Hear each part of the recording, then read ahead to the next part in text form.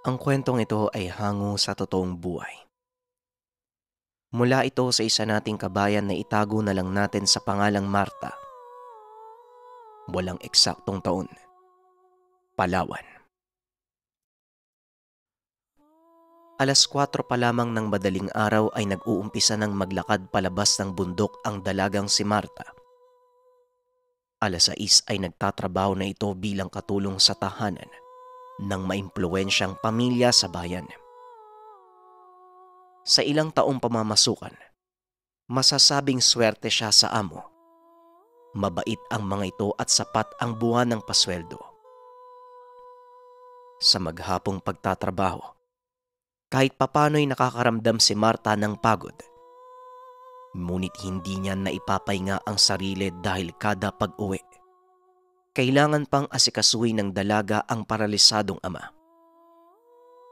Dagdag pa ni Marta, kailangan din niyang asikasuhin ng kapatid na 7 taong gulang pa lamang. Diyos ko, bigyan niyo po ako ng sapat ng lakas para kayanin ko po yung lahat. Wika ni Marta sabay buntong hininga. Bagamat madilim nang nakakauwi dahil malayo ang nilalakad, araw-araw naman itong sinasalubong ng bunsong kapatid na si Naldo. Kahit anong pagod ang nararamdaman, napapangiti na lamang ito habang yakap ang kapatid. Pagpasok ng tahanan ay kaagad niya nang pinakain ang bunsong kapatid. Pagkatapos ay papaliguan naman ang amang maghapong nakahiga. Tuwing pinapakain ang ama, pinapaliwanag ng dalaga ang araw-araw na nangyari sa trabaho. Wala mang makuwang sagot, ngunit ito na lang ang paraan para maipakita sa ama ang pagmamahal. Ganito umiikot ang mundo ni Marta sa loob ng 11 taon. Wala namang reklamo ang dalaga dahil siya na lamang ang maaasahan ng ama. Isang araw, matapos ang trabaho habang naglalakad pauwi, napalingon ito nang marinig ang isang malalim na boses. Bukas dalin mo yung tatay mo sa kabilang barangay. Magkita tayo sa harap ng paaralan. Alas 6 ng umaga. Aantayin ko kayo. Mag-iingat ka, Marta. Wika ng hindi kilalang lalaki. Nakita niya ang figura nito. May katangkaran. Makisig ang pangangatawan ngunit hindi gaanong nasilayan ni Marta ang muka dahil sa bagyang natatabunan ito ng mahaba at kulot na buhok. Hindi naman alam ng dalaga ang mararamdaman. Misteryoso ang lalaki ngunit nais niyang gumaling ang ama. Sa loob ng ilang taon na araw-araw nasisilayan ang sitwasyon nito. May ibang kamag-anak na nagsasabing antayin na lamang ang kamatayan ng ama. Dagdag pa ng mga kaanak, wala na itong pag-asang gumaling. Ngunit mariin itong kinontra ng dalaga. Para sa kanya, wala namang imposible lalo na kung gusto ng Diyos na pagalingin ang ama. Kaya naman nabigyan ng pag-asa si Marta nang marinig ang boses. Bagamat hindi kilala ang lalaki, sa loob ng dalaga ay pupunta ito sa nasabing tagpuan. Wala namang mawawala kung susubukan muling ipagamot ang sakit. Bago pa man makarating sa tahanan ay dumaan ito sa kapitbahay upang makiusap na isakay sila sa kalabaw pababa ng bundok kinabukasan. Hindi naman nagdalawang isip pa ang mga ito dahil sa batid nila ang kalagayan ni Mang Rocco. Pagkauwi ng tahanan ay kaagad siyang naupo sa tabi ng ama. Tay, bukas po maaga tayong bababa ng bundok ha. Kaya maaga po sana kayong gumising. Baka ito na po yun, tay. Ito na po yung matagal nating hinihiling sa Diyos na sana po gumaling po kayo. Baka sa mukha ng ama ang tuwa at may mga luhang dumadaloy sa mga mata, kaya't hindi rin napigilan ng dalaga ang maluha. Buong gabi, walang humpay sa pagbigkas ng mga panalangin si Marta. Hindi na rin nagawa pang makatulog ng maayos dahil sa naghahalo ang pag-asa at kaba. Paulit-ulit mang inaalala ang nakitang lalaki, ngunit hindi talaga mamukaan ni Marta kung sino ito. Hindi nagtagal, kumatok na ang kapitbahay dahilan para bumangon ang dalaga at asikasuhin ang ama. Samantala, naiwan si Naldo sa tahanan, ngunit bago pa man umalis ay naipagluto na ito ni Marta ng makakain. Eksaktong 6:00 ng umaga, nakarating na ang mag-ama sa harap ng paaralan. Dito nila naabutan ang naghihintay na lalaki. Magandang umaga, Mang Rocco. Halina kayo't nag-aantay na ang inibitahan kong manggagamot. Napakunot naman ang noo ni Marta dahil tila kakilala ito ng ama. Hindi na lang kumibo pa ang dalaga. Kada tatanungin niya ang lalaki ay hindi naman siya kinikibo. Samantala, mabilisang itinali ng kaharap na lalaki ang mahabang buhok nito, kaya nakita niya na ang muka ng lalaki. Ayon sa dalaga, ang kalahating mukha nito ay nababalot ng malaking itim na balat. Bukod pa dito, wala namang iba pang kakaiba sa lalaki. Matapos nun, agarang binuhat ng lalaki ang paralisadong ama. Dito ay nag-umpisa ng maglakad ang tatlo papunta sa likod ng paaralan.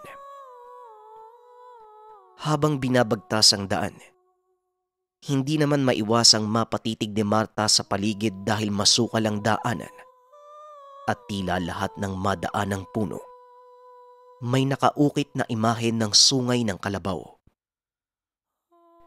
Matapos ang halos kalahating oras ng paglalakad, nagawi na sila sa isang tahanan. Meron itong napakataas na bubong at ang sukat ay may kukumpara sa 2 palapag na normal na tahanan. Nang makapasok ang tatlo, dito nakaramdam ng takot si Marta. May napakalaking bilog sa bungad ng pintuan na binubuo ng pula at itim na kandila. Iwasan niyong pumasok sa bilog na yan, ha? Maigpit kong ipinapayo sa inyo na huwag kayong magsasalita hanggat hindi kayo tinatanong. Hindi pa rin alam ni Marta ang pangalan ng tao. Tumango na lamang siya at naupo sa sulok habang pinagmamasdan ang ama, na dahan-dahang hinihiga ng lalaki sa loob ng nakapabilog na mga kandila. Hindi nagtagal, may matandang lalaki na lumabas sa gilid ng kwarto. Tinitigan nito si Marta at napayuko sa naramdamang takot. Diretso namang pinuntahan ng matanda si Mang Rocco at hinawakan ang kaliwang kamay. Meron itong ibinulong sa ama at nawalan ng malay. Napatayo na lamang ang dalaga dahil sa pag-aalala. Ngunit sumenyas ang lalaki na huwag lalapit. Habang patuloy sa pag-oorasyon ang matanda, biglang namatay ang lahat ng sinde ng kandila. Purong itim na lamang ang tanging nakikita ni Marta. Naririnig ang bulong na matanda na hindi niya maintindihan. Nang mga oras na yon ay hindi na mapakali ang dalaga.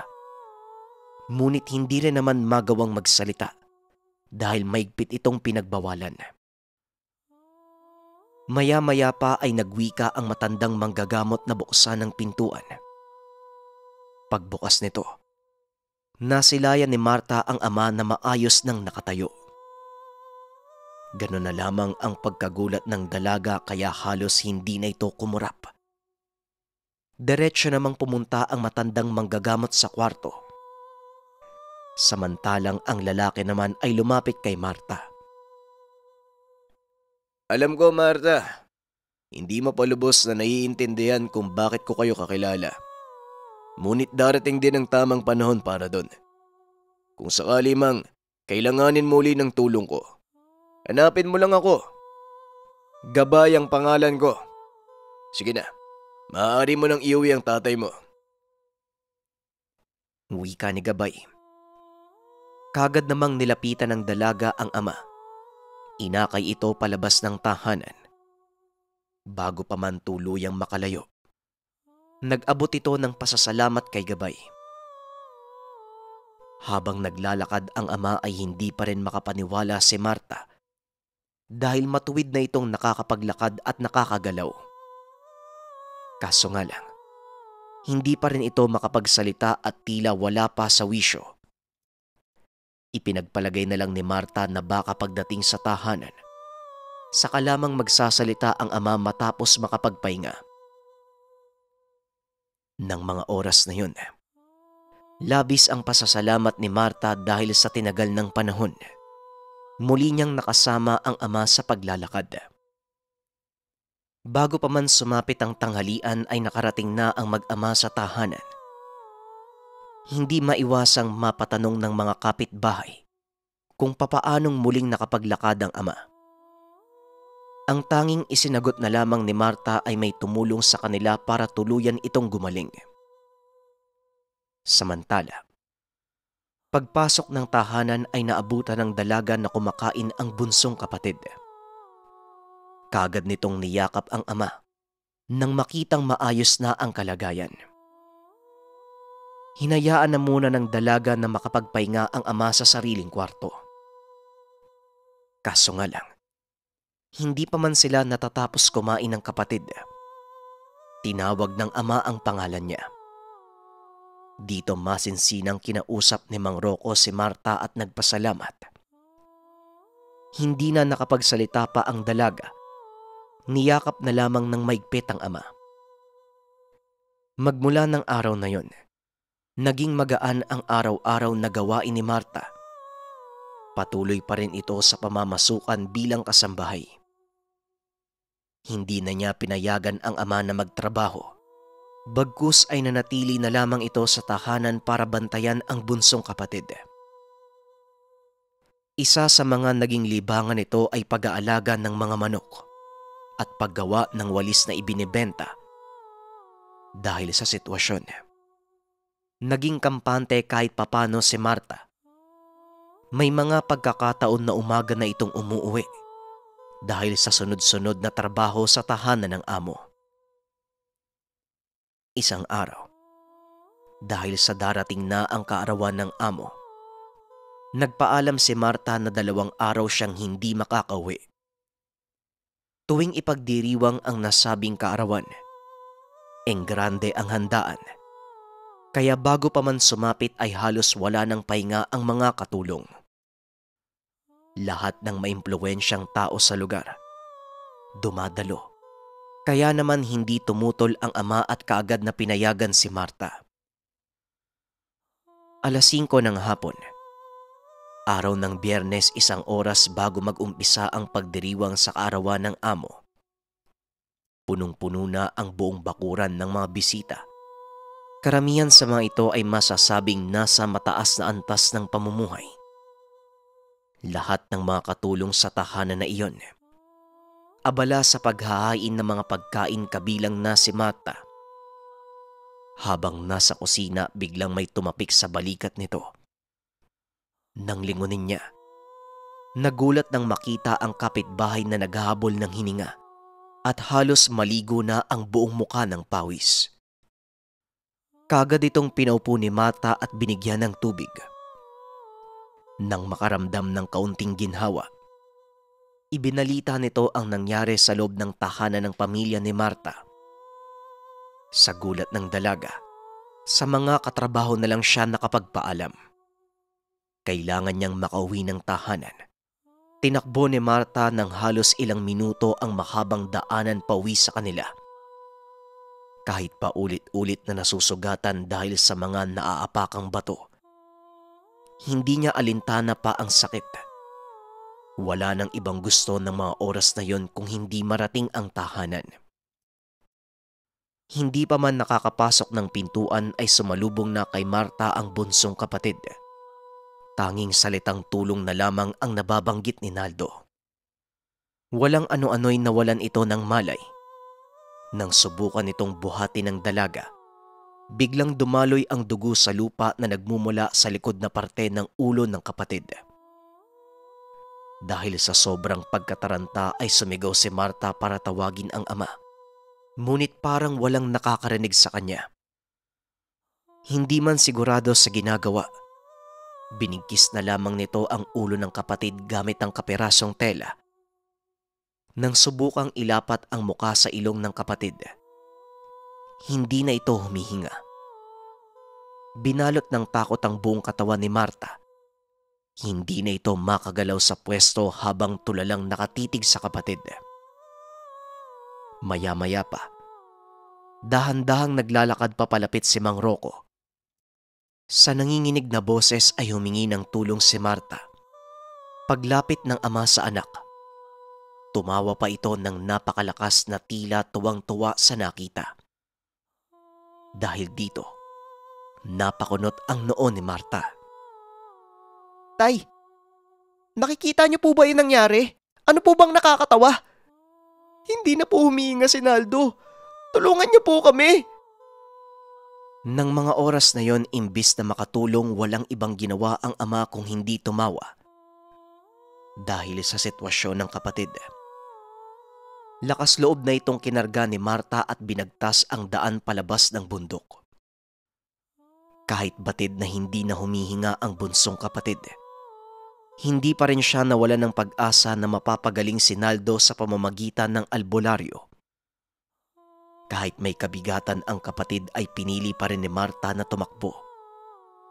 Hanggang sa bigla siyang natalisod at naibagsak ang kapatid.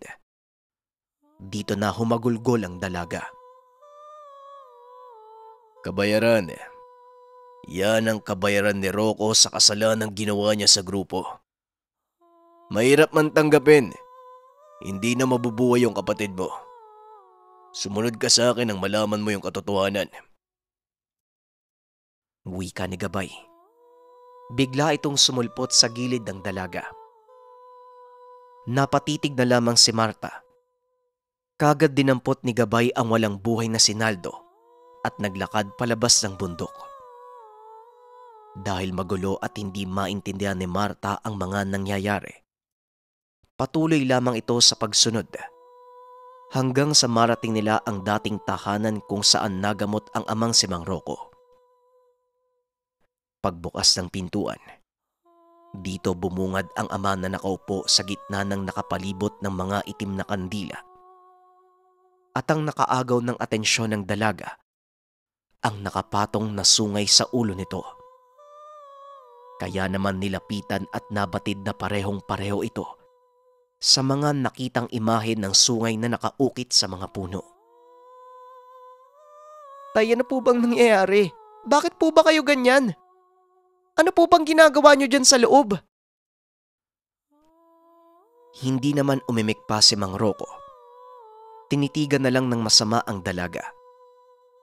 Samantala, muling naagaw ang atensyon niya nang makita na inilagay na ang bangkay ng kapatid sa isang kahoy na kulay ginto.